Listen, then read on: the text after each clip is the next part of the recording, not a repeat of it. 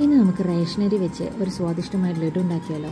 ആദ്യം തന്നെ ഒരു കപ്പ് റേഷനരി എടുത്ത് കഴുകി വൃത്തിയാക്കി അതൊരു 5-6 മണിക്കൂർ സോക്ക് ചെയ്യാൻ വേണ്ടി വെക്കുക. അതൊന്ന് വെള്ളമൊക്കെ ഒന്ന് ഒഴിവാക്കിയതിന് ശേഷം മിക്സിയുടെ ജാറിലേക്ക് ഇട്ട് നമ്മളത് നന്നായിട്ട് ഫൈനായിട്ട് അടിച്ചെടുക്കുക. എന്നിട്ട് പാന് ചൂടായി അതിലേക്ക് നെയ്യ് ഇട്ടിട്ട് ഈ റേഷനരി ഒന്ന് വറുത്ത് വെക്കണം. നന്നായിട്ട് വറുക്കണം, കുറച്ച് സമയം എടുത്ത് എന്തായാലും വറുക്കണം. പിന്നെ ലോ ഫ്ലെയിമിലിടണേ, എന്നാലും അതൊന്ന് അടി പിടിക്കാതിരിക്കുള്ളൂ, അതുപോലെ പെട്ടെന്ന് കരിയാതിരിക്കും. അപ്പോൾ അതിലേക്ക് 1/4 കപ്പ് തേങ്ങ കൂടെ ആഡ് ചെയ്ത് കൊടുക്കണം. എന്നിട്ട് പിന്നെ അതൊന്ന് നന്നായിട്ട് ഒന്ന് വറുത്തതിന് ശേഷം അതിലേക്ക് ഫുഡ് കളർ ആഡ് ചെയ്യാം, യെല്ലോ കളർ. അതല്ലെങ്കിൽ മഞ്ഞൾപ്പൊടി ആയാലും മതി, ഒരു 1/2 സ്പൂൺ മഞ്ഞൾപ്പൊടി ഇട്ട് കൊടുത്തിട്ട് നന്നായിട്ട് വറുത്താലും മതി. എന്നിട്ട് അതൊന്ന് തണുത്തതിന് ശേഷം ഫ്ലെയിമൊക്കെ ഒന്ന് ഓഫ് ചെയ്ത് തണുത്തതിന് ശേഷം നമ്മൾ മിക്സിയുടെ ജാറിലിട്ട് അത് അടിച്ചെടുക്കണം. അപ്പോൾ അതിലേക്ക് 1/2 കപ്പ് പഞ്ചസാരയും ഒരു 3 ഏലക്കായും കൂടി ഇടണം. എന്നിട്ട് നിർത്തി അത് അടിച്ചെടുക്കാം.